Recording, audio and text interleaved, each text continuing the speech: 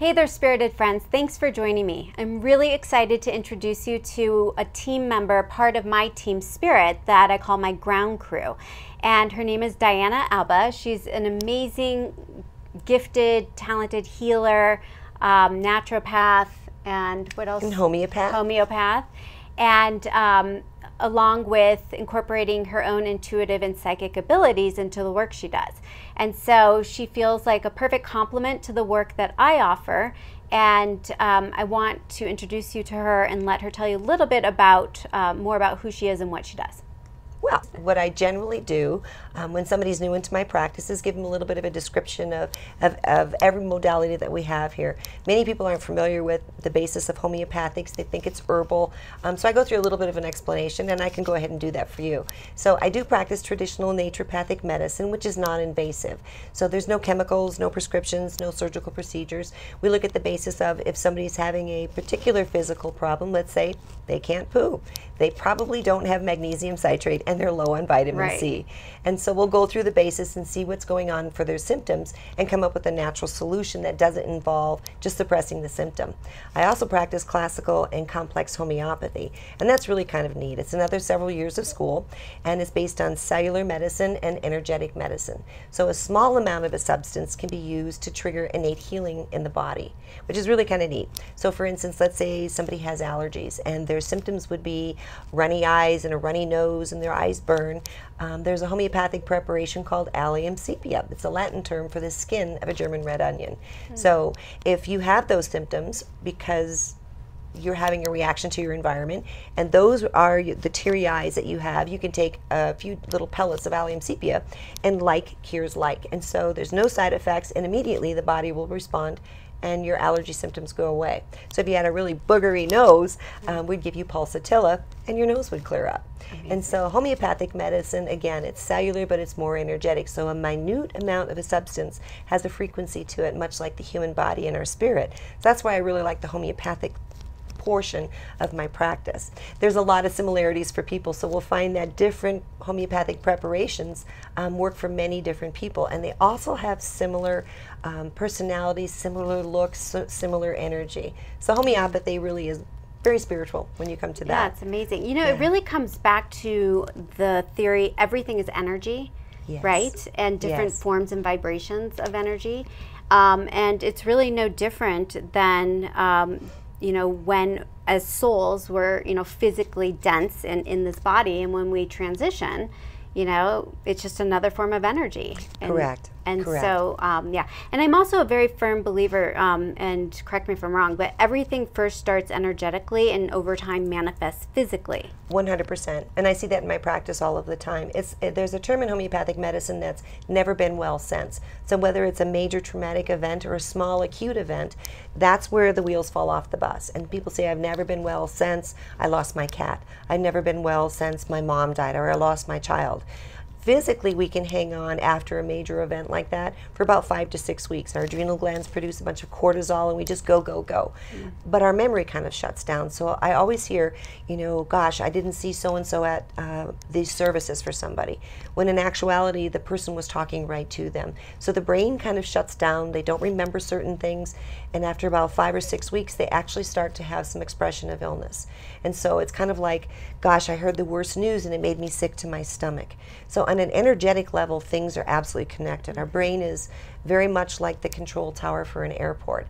If there's something going on up there or something going on with us spiritually, the body doesn't get the right direction and the stress manifests as a condition. And so I see that on a daily basis. Absolutely. And in the work I do, we constantly talk about someone's dis-ease over time manifests into a disease. Correct. Right? So if somebody had, for instance, breast cancer, it could be, you know, stored old anger from years before that over time is manifested into this disease. Speaking of breast cancer, you also offer breast thermography. Breast thermography. And will you share a little bit about that? Absolutely. There are many modalities out there to take a look inside the body to see what's going on. So from the exterior visually, you know, it'd be impossible to see inflammatory breast cancer. You couldn't see a small ductal carcinoma in the breast. So in this country, traditionally people have gone for mammograms. And men can have breast cancer as well. It's just not very common, but it does happen. And so mammography is compressing the breast tissue, basically using x-ray to look for a calcification or mass of what you can compress. But it doesn't look at the armpits. It can't go all the way around. And so ultrasound, as another modality, is looking to see if there's a dense tissue or if there's a fluid-filled tissue. MRI is a three-dimensional look, again, but there's radiation involved. Thermography has been around for over 2 decades, and it involves no radiation, no contact, no pain, no compression, and we go 360 degrees around the body. And so if there's blood supply that is changed in the breast, we're going to see it. So what that means is that neovascular activity, or angiogenesis, meaning increased blood supply. Your breast blood supply should never change unless you're breastfeeding or pregnant, or if there's something going on. And so that blood supply, that vascular supply, is about 3 degrees hotter than any other supply in the body. So when you do a baseline thermography, we look to make sure about the temperature differentials in the body, and then 3 months later we'll do another, and that's at your baseline for a year. There should be no change in your blood supply unless there's something active going on. So thermography is an excellent tool that has no compression, no contact, no harm to the body, to have early detection of breast disease 8 to 10 years before you can pick up a mass in other modalities. So that's something that we offer here in the office. Thermography is available worldwide. You can have it started in Australia with Dr. Peter Leandro, and it's all over the country. There's multiple centers around the country. You just have to Google thermography or go to EMI.com, and you can look in your different country. You can look in your state, and you'll be able to find a thermal imaging clinic. That's fantastic. So if something shows up in a thermography, then the doctors, the thermologists reading the reports will actually make a recommendation to follow up with your primary for maybe an ultrasound, to have a watch, to come back in a few weeks. They also recommend a mammogram and other modalities to further investigate, or a needle core biopsy. So it's basically, it's a very safe first step. And so when the U.S. does not recommend a mammogram until a particular age, this is something anybody can do, because young girls do have breast tumors and breast disease. Yeah, absolutely. Wow, very important. It's very neat. It's very, very neat. And so that's one service, another service that we offer here. We also do nutrition and take a look at people's, you are what you eat. So if you're eating vibrationally low foods, let's say you're just snacking on Fritos, or you're living on Tostitos and fake cheese, your body isn't going to resonate at the frequency that it needs. You're not going to have a bowel movement. You're not going to feel good. And so I always equate to people their vibrational energy to what they're also ingesting. So I give people an example. If I have 2 twin German Shepherds, and I'm going to put them in an agility competition, and they're prime dogs, they're very healthy, they're show dogs, right? And I give one Kool-Aid and Pop-Tarts, and I give the other steak and spring water, the outcome is very different. The eyes aren't bright, the other dog, is going to win, the other one's just going to feel terrible, and he's going to be sluggish, he's not going to do well. And I see that a lot in my practice as well. And so when people tend to have a lot of stress, they tend to self-medicate with different types of food or simple carbohydrates, and it lowers their energy. They start feeling depressed, they have more issues, they're very lethargic, and their life just kind of goes on. And then a few months pass, and nothing gets better. So once I get them in the office, I explain to them, what they're eating has a tremendous effect on their energy. And when we look at vibration, it's huge. Just because people can't hear a dog whistle, 2% of people can, and that's a very high vibration. I also explain to people, just because you can't see it doesn't make it not true. If we blow air through our vocal cords and create sound, now we can talk to a piece of plastic known as our cell phone, and the Queen of England can hear us in about 3 seconds. So how does that happen? It's basically on quantum physics and string theory. There's a vibrational element to everything. Right. Something that I found fascinating when I was studying with Doreen Virtue, when I was developing my own psychic abilities, is she talked a lot about diet and what we put into our system. So if you choose live foods that hold a very high vibrational frequency, you're going to feel more alive, versus dead foods, processed foods.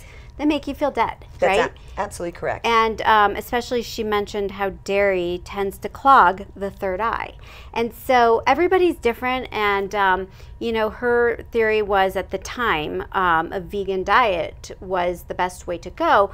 But what I have found, I tried that route for a few years, and I became anemic. And so what I found out was, I'm a type O, and with the blood type diet, type O's thrive on protein. That's correct. Right? Animal protein. So I started listening to my body, and I really discovered I had a gluten allergy, high sensitivity to gluten. And so when I cut that out and I really started to go within and trust my own intuition on what would make me thrive and feel alive, that's when my abilities, grew to a new level, as well as my energy. I agree. Absolutely agree. And that's one of the biggest things that I see in this country is that, take for instance, if we're an archaeologist and we're digging up dinosaurs, we know whether they were omnivores, carnivores, if they had plant-based diet and what they ate. If they ate tigers, we knew it because they have canines. So when we take a look at the Eat Right for Your blood type and the different blood types, those are blends of both your mother and your father. So you lean a little there, a little there. I'm an O as well.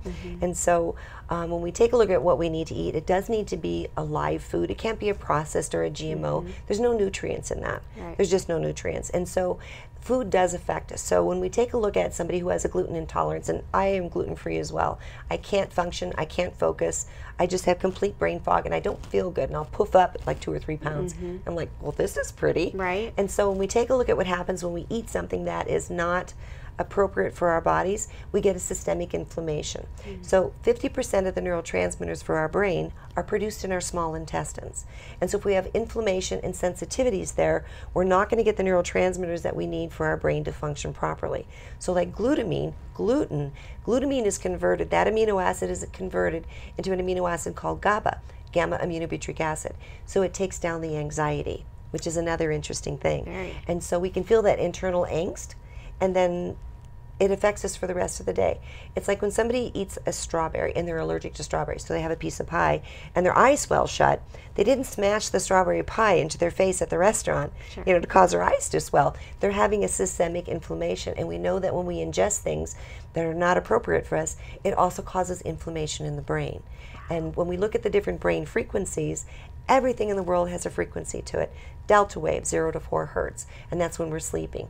Theta waves is a transition state where we relax, kind of like when people drive their car home and there's a polka dotted car in front of them and they didn't notice it. How did they not kill themselves on the highway when they drove home? That's a theta state. So it happens when we're in a very relaxed meditative state, and also when we wake up.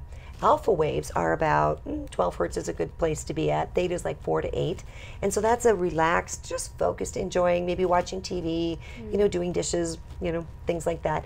And beta waves are between about 12 and 15. And that's an active focus where we learn, where we're highly engaged into what we're doing.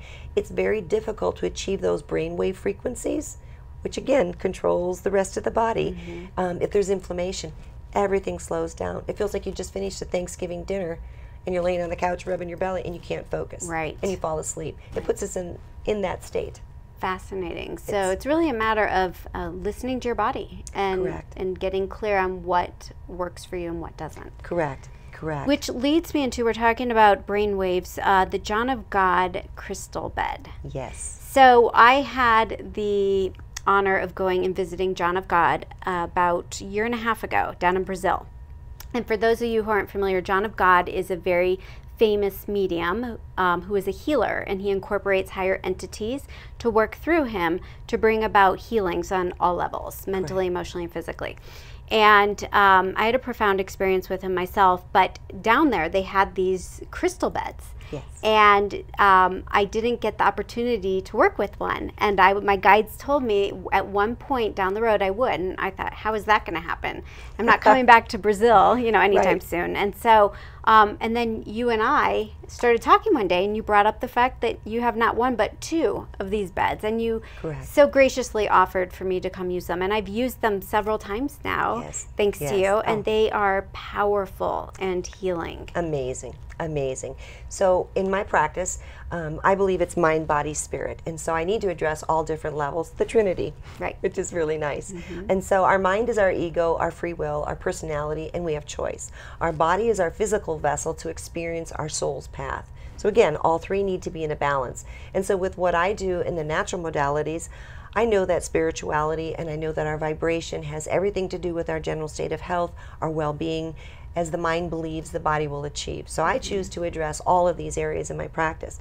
So incorporating and bringing in the John of God crystal beds, I brought one in and I was like, this is incredible, but I want to enhance this as well. Now, there's vibroacoustic medicine. Olaf Skill was a Scandinavian gentleman. He's been passed for many years now.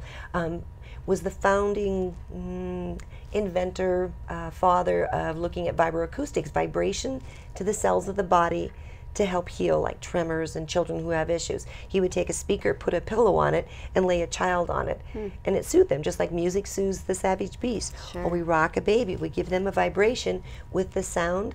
All music has a vibration to it. Okay, and so that's when I added the vibroacoustic bed to the John of God crystals. So the crystals in the bed relate to the 7 chakras, the 7 energy centers in the body. And so those crystals are Marcel Vogel carved and cut the crystals, and the crystals actually come from the caves under the casa, which is really pretty cool. Yeah. Pretty cool. And so while you're on the vibroacoustic bed, that is vibrating at different levels and different frequencies, so the body can completely relax and get into the theta wave that the brain needs to be in to heal our mind, body, and spirit. At the same time that you're under the John of God lights, the entities and the angels are coming through and doing all of their work as well.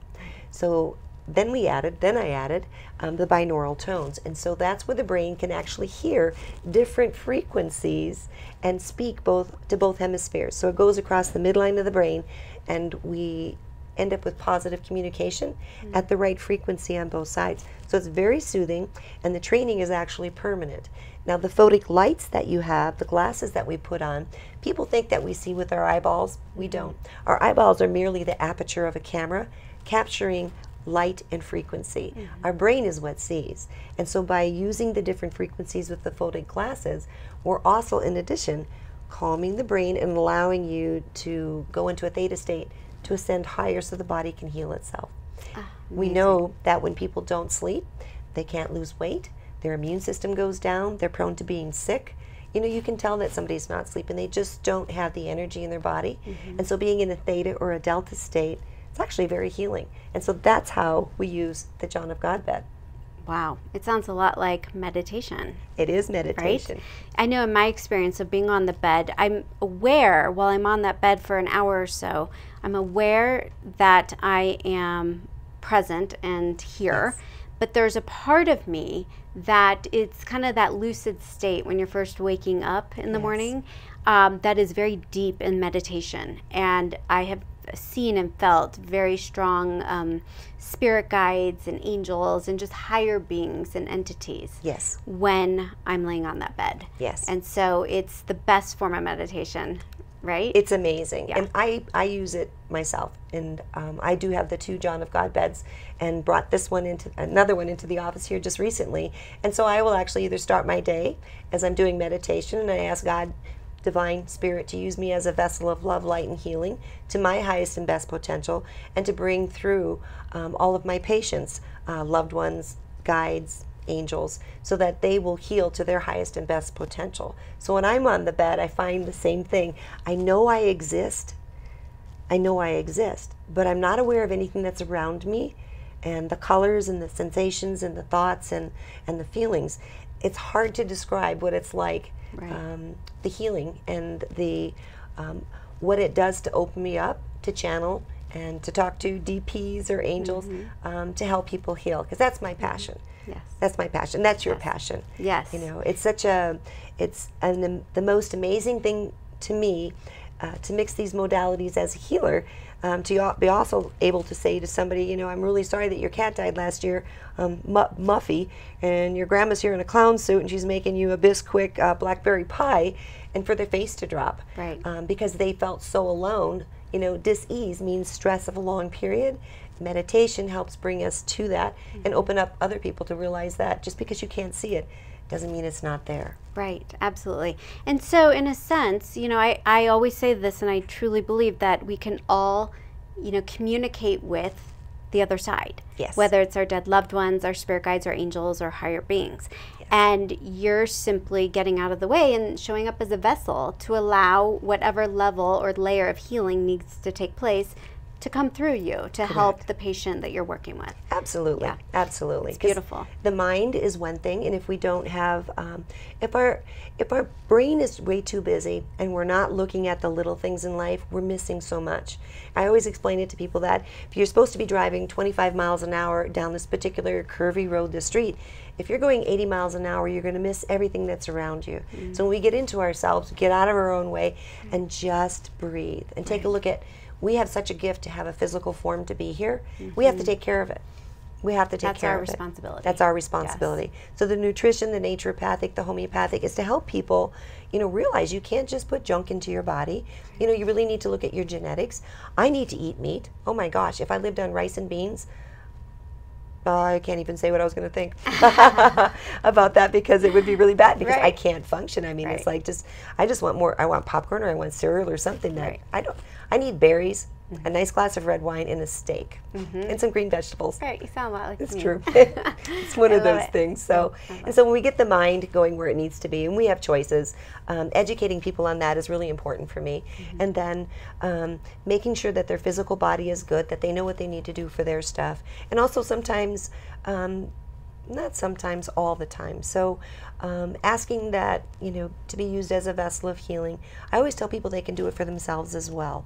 And so I'll tell them about angels. I'll write out, which angels with them, what to ask for, like Zodkiel. If someone's feeling pretty bad because they took a week off and said they were sick, this happened last week, and they got paid for it, I'm like, you know what, you might want to be talking to Zodkiel, because he's standing behind you, and it's all about forgiveness and kind of letting it go, and it's very good for us. And so the spirit needs healing as well. And when all three pieces come together, mind, body, and spirit, people just soar. Everything changes for them. Absolutely.